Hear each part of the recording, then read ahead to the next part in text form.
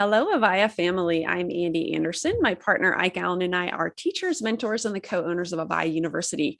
Avaya is the creator of over 1,000 books, films, courses, teachings, and other supportive resources. Thank you so much for joining us. Our fellow teacher, Dr. Ameet Aggarwal, is back with us today to talk about trauma, inflammation, ancestral pain, and healing emotions. Voted one of the top 43 therapists worldwide, Dr. Ameet helps you heal the root cause of mood problems and physical illness by focusing on healing personal trauma, negative beliefs, your ancestral trauma, and your biology. He combines naturopathic and functional medicine, Gestalt psychotherapy, EMDR, family constellations, and homeopathy to help you heal your mind and body together. Welcome back to Avaya, Dr. Ameet. Thanks, Andy. Great to be back. I'm just dipping into ancestral trauma right now and wondering how to connect it to biology, but I'm excited to go there. Well, I'm excited to see where we go and what happens. So let's talk about, right, you've talked about in your work, like when you treat things like stress, anxiety, worry, this kind of stuff, you mentioned that it requires healing emotional trauma as well as the person's biology. So why is that?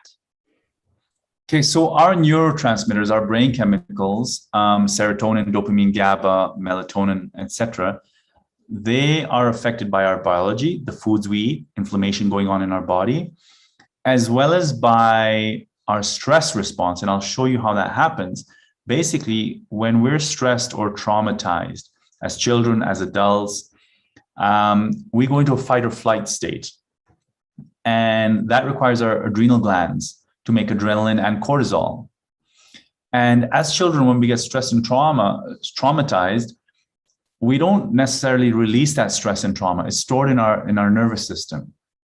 And that stored traumatic memory is driving your nervous system and your adrenal system constantly, even as adults, that old childhood trauma.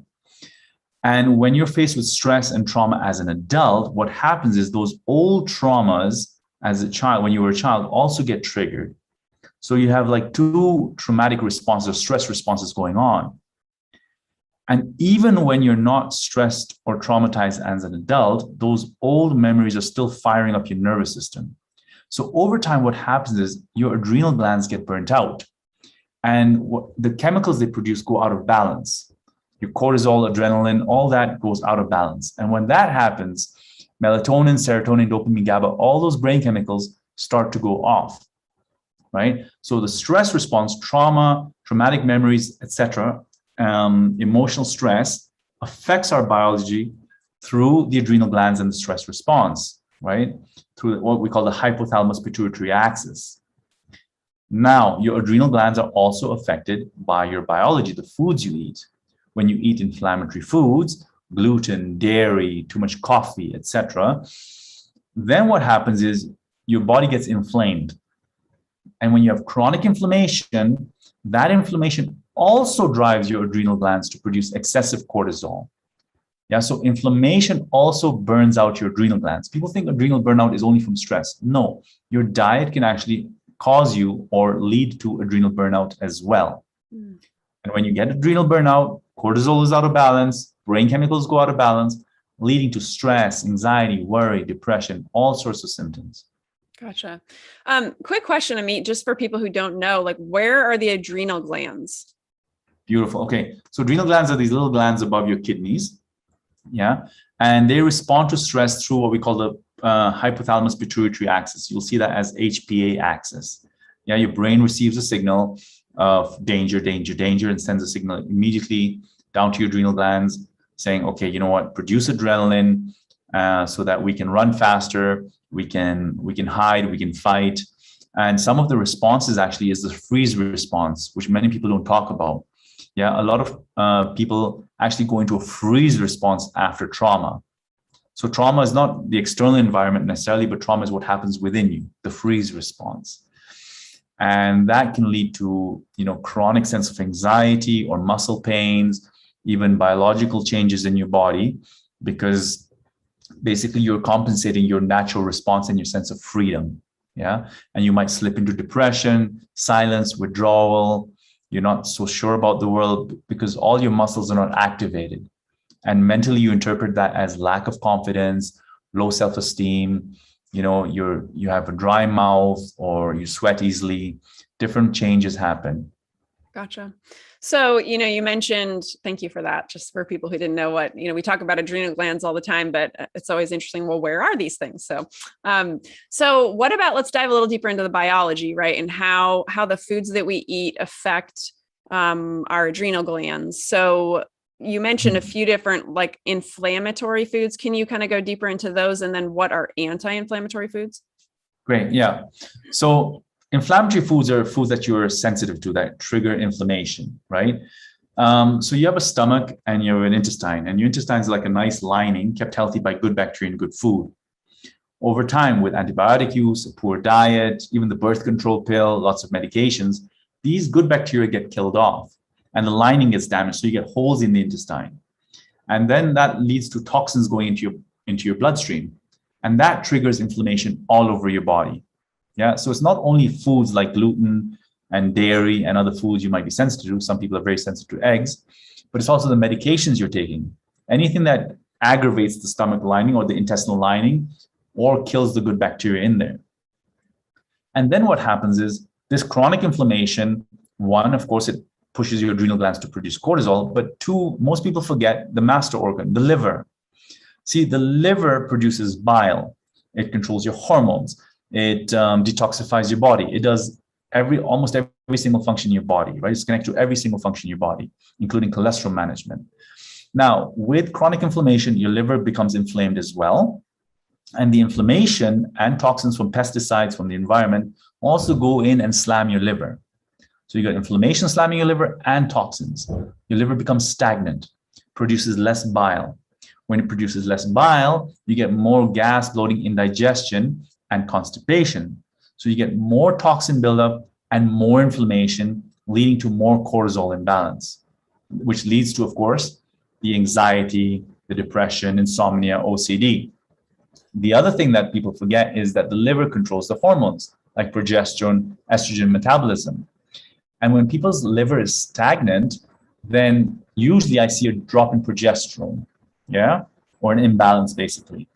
And progesterone is super important for GABA, one of your anti-anxiety neurotransmitters, to work well in the brain. So when people have a hormonal imbalance, GABA doesn't work so well in the brain. So people experience PMS symptoms, anxiety, insomnia, excessive worry, yeah, because of liver stagnation, which is coming from chronic inflammation as well as from stress. Mm-hmm. Gotcha. Awesome. Thank you for diving deeper into that. And I know in your work, you have protocols, right, to heal our gut, replenish that bacteria, as well as heal the liver. Can you talk a little bit about how someone could get started doing that? Absolutely. So probiotics and healthy foods. So avoiding certain inflammatory foods. I go into more details in my online course where I go specific remedies, but I'll cover some of them here. Turmeric. Turmeric is an excellent anti-inflammatory spice that I add to my cooking. But the key thing is to avoid the foods that cause inflammation. I've mentioned them multiple times. It's typically wheat, dairy, anything with gluten for some people, excessive alcohol, excessive coffee. Beef I find quite inflammatory as well. Yeah. And then I like to include remedies to heal the gut lining. That's the probiotics. That's the glutamine powder. Depending though, if you have schizophrenia, bipolar, then I would avoid glutamine powder because it creates glutamate in the brain, yeah, and that can trigger some psychosis for some people. And then I've mentioned vitamin D. Fish oils are great. Evening primrose oil is also great to reduce inflammation. But the key thing to remember is also to detoxify the liver. So that means having bitter foods. Bitter foods stimulate your liver to release more bile and to detoxify. Yeah, you want to have cabbage, sprouts, Brussels sprouts, broccoli, the cruciferous vegetables. They create sulfur compounds which help your body detoxify as well, your liver particularly. Then hot water, lemon, and ginger is great for detoxifying your liver, especially on an empty stomach. I'll use certain herbs like milk thistle, dandelion, and others that I cover in the course, and homeopathic remedies as well, which go much deeper into really healing your liver cells and stimulating that bile flow, right? Sometimes homeopathy is needed because herbs and supplements don't go deep enough. Gotcha. It's really a combined approach of gut and liver detoxification and repair, yeah, to optimize digestion and reducing inflammation. Mm-hmm. Gotcha. Awesome. Thank you. Thank you for really covering the biology of this conversation so deeply. So let's go back to emotional trauma, family trauma, ancestral trauma. I'm curious, how does ancestral trauma, like things that have been passed from generation to generation, how does that influence things like anxiety and stress for people? Okay. So I practice a therapy called family constellations therapy, which really gives us the tools to sense, the traumas of the past that are causing the symptoms of anxiety, depression, or other physical symptoms or emotional symptoms of a person today. Family constellations therapy has discovered that we as children are kind of loyal to the sufferings of our parents and our grandparents, unconsciously or even consciously. For example, if mom is abused by dad, then we will usually side with mom. We'll take mom's side. And that loyalty keeps us occupied with mom's troubles. And we get this responsibility, a sense of over-responsibility. And that over-sense of responsibility, one, it basically creates long-term sadness for some people or unhappiness. You're never free to just enjoy your life because you've taken like a parent caring role for your parent who's meant to be caring for you despite your situation. And also what happens is you might have an antagonism or antagonistic attitude towards the other parent, the abuser. So your two sources of life, mother and father, you have different loyalties to them or a conflict of feelings for them. But you come from both of those parents. So you end up being torn inside or unsettled inside, not knowing it's coming from these loyalties, right? And your parents' behavior and trauma is also coming from their entanglements, from their parents. So your grandparents, yeah? So whatever happened to your grandparents is trickling down into your family system. And you're responding to that out of loyalty, out of love, out of compensation. And that unhappiness, that stress while you're growing up will trigger an adrenal response, will lead to anxiety, will lead to depression, right? And I've also seen multiple times in practice where if there is a miscarriage or an abortion in your family, and that abortion or miscarriage is not talked about, it's kept a secret, you as the child will actually end up trying to live the life of both children, yours and the missing child. I've seen that multiple times. Yeah, a client of mine comes in, and I lots of anxiety, feeling overwhelmed, lots of responsibility, not feeling good enough, having to do too much. And I asked her, please go back to your parents and ask them, was there a miscarriage or an abortion? And she was shocked when she found it. She was like, Ameet, how did you know that? And we did a beautiful piece of work where I got her to stand in the room and imagine both her parents behind her. And then I said, okay, imagine that missing child before you, right? And I want you to really feel in your body what it feels like to be the second child in your family system rather than the first child. And she got a glimpse of another reality. She was like, gosh, this feels so much more calmer, right? I get my own soul now, right? And then we said certain healing sentences like we do in family constellation therapy to really release that entanglement and to acknowledge that missing child and to feel seen by the parents as the second child. Andy, I'm telling you, she didn't need any more homeopathy. She didn't need any more therapy. It was done. Yeah, her anxiety disappeared. Wow. Yeah, I remember. Say that last part again. From one session, just from one session. That is so amazing. I love it when we talk about this specific thing. I know we've talked about this in other master classes and how interesting that is, and something that most people probably haven't even thought of, that could be the cause of anxiety, stress, worry in their lives. Any other thoughts around how people can heal this ancestral trauma, right? You gave an example there, but what else can people do to start really tapping into the fact that they're carrying with them these traumas from multiple generations? So often most of us are carrying stuff for our parents and our grandparents. So if you have this chronic anxiety and worry, it could be this sense of loyalty to your parents or to your parents' problems. I see that all the time, like parents are suffering financial issues or abuse, etc. We imbibe that, right? And we want to rescue them, which is natural. So in constellation therapy, we say healing sentences.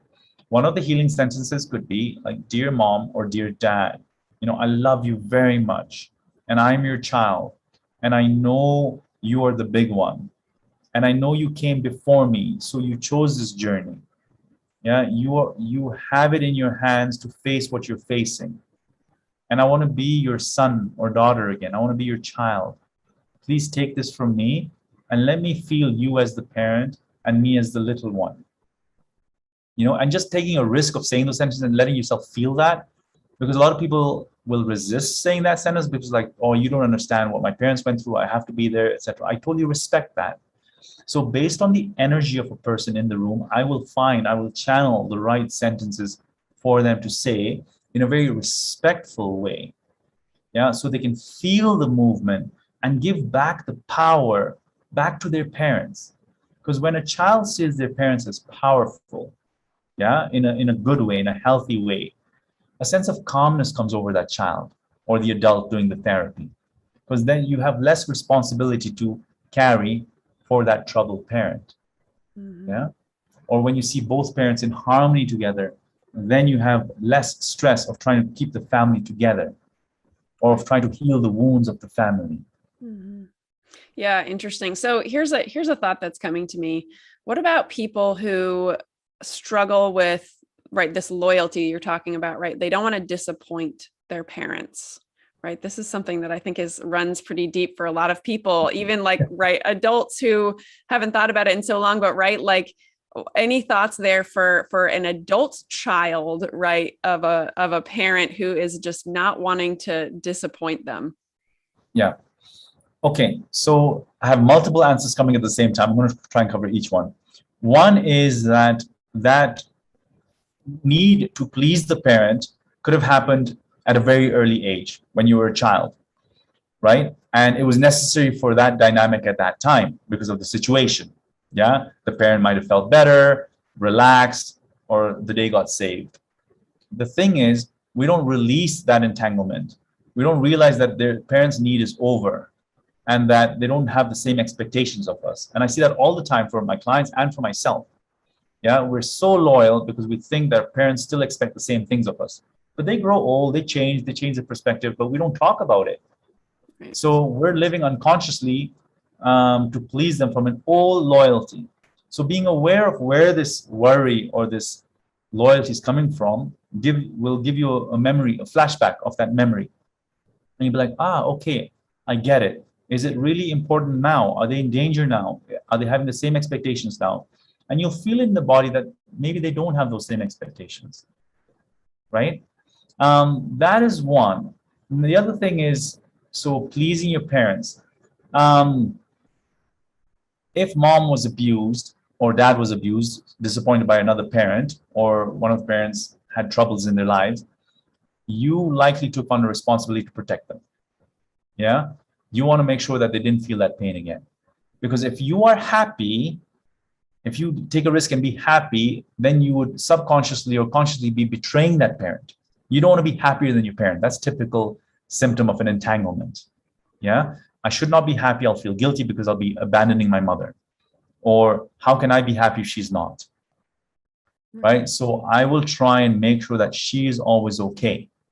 Yeah, over worrying, overcompensating because of this deep love, deep love. And when I can say, gosh, she's really an adult and I'm the child and I'm misusing her in a way. Yeah, because I'm misreading her. I'm taking on her suffering, but that's creating more guilt for my mom or my dad because I am kind of making her worried about my happiness and my path in life. So both of you are just sinking the ship. And when you say these healing sentences and you can find the trust that your parents can carry their pain in most cases, but you don't have to abandon them. You can just energetically let them carry their pain and witness them as the carrier with dignity of their journey. And you can see them in the full light with deep respect and honor them. Like, gosh, you guys are amazing for doing this. Something releases from your body and you will feel a bit more free to live your life. Thank you. I really appreciate you going into that. That was just coming up for me in that moment, and how many people can relate to, some kind of wanting to please a parent, and that enmeshment of holding on to their suffering and being able to release it. So thank you. I appreciate that. Here's another question for you, since we're talking anxiety and stress here also. I remember the last time we talked about how our negative emotions, like let's say depression or anxiety, can keep us connected, right, to our family of origin. Maybe it was an emotion felt regularly throughout childhood, so it makes us feel like we're connected to them. Any thoughts on that as it relates to this conversation? So my identity is formed in my family at an early age. So if there's a lot of anxiety, depression, I associate belonging with those emotions. That's my normal, that's my comfort zone in a way. And so our communication style is relating through that mindset with the family system. And it's hard to break away from that, because that's my source of love. That relationship could be my source of love, even if it was dysfunctional and painful. Familiarity can be interpreted as love for many people. And that's why many people go into abusive relationships later on when they grow up in abusive homes, or their parents were abusive, right? And so it feels almost unnatural or fake or like a movie to be happy, to act in a different way, because we've adopted a role at an early age to fit into the family dynamics. And coming out of it would almost be leaving those other people, our family, behind and betraying them, quote unquote, right? And it's only through deep therapy, really gentle, compassionate inquiry and tenderness, can a person begin to feel safe in letting a smile in, letting go of that entanglement and trusting that they're still connected at the heart with the family, even though they bring in a bit of happiness or confidence back into the system. And bizarrely, Andy, what happens is when I work with individuals and they heal, their family starts shifting. Even though the family is far away, because somehow their energy shift now creates a shift in their family dynamic. And people in the family start getting clarity for themselves in their own lives. And the weight of the family reduces. Gotcha. Awesome. It's a beautiful experience. So here's one more question before we start wrapping up. So let's talk a little bit about ending the cycle, right? You kind of touched on it right there, but ending this cycle of ancestral trauma, right? How does one participate in that? Oh, okay. So I do most of my therapy sessions online, right? I use healing sentences. So ending the cycle, you can give back. We say, please take this back. I am the little one. You're the grandfather. You're the parent. Please take this from me. And you push it back and physically feel it. It's important to really do somatic experiencing, not the therapy called somatic experiencing, but experience things somatically while you're doing a constellation or psychotherapy. I use Gestalt. You can do EMDR, Gestalt, whatever. But feeling in your body when you're doing these healing sentences, because that means you're really doing the work. If you only do it theoretically, you're not really doing the work. So giving back is one way of ending the cycle. Please take this responsibility back. I am the child. Forgiveness is a huge one for ending the cycle.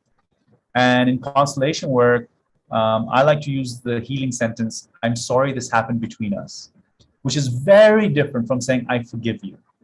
I forgive you means I still blame you, I acknowledge, but I'm forgiving you mentally. I'm sorry this happened between us is like, gosh, that was an experience. I still see you as a soul and as a human, equal to me. And the event is what happened between us. And you're not the perpetrator anymore in a way. Like I'm not holding you as a perpetrator as much as when I say, I forgive you.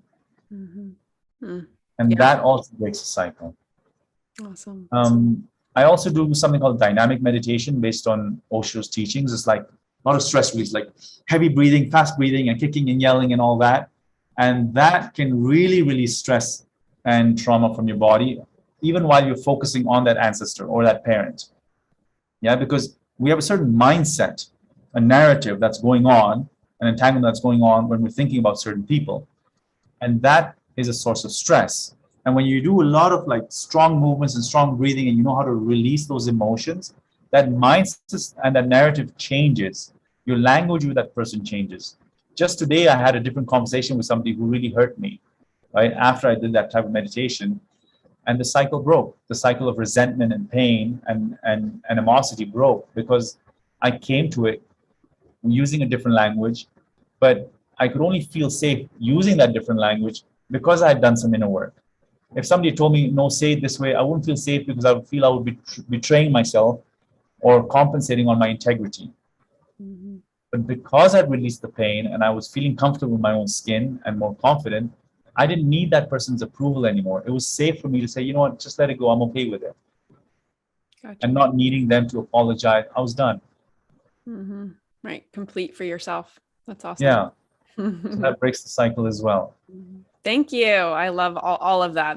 It's always fun to, right. We've had so many conversations over the years, and we always manage to talk about something new and different and stuff we've never heard about. I love it. That was great. Thank you. Let's talk a little bit about how people can learn more about you. I know you have a gift for everyone and an offer, and there's a couple buttons below that lead over to your site. So what do you have for us?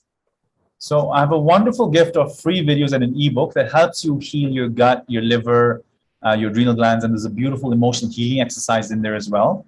And there's some videos on constellation work. And you also have free access to some interviews of mine where I go deeper into some other work, emotional healing work, trauma work, fatigue, etc.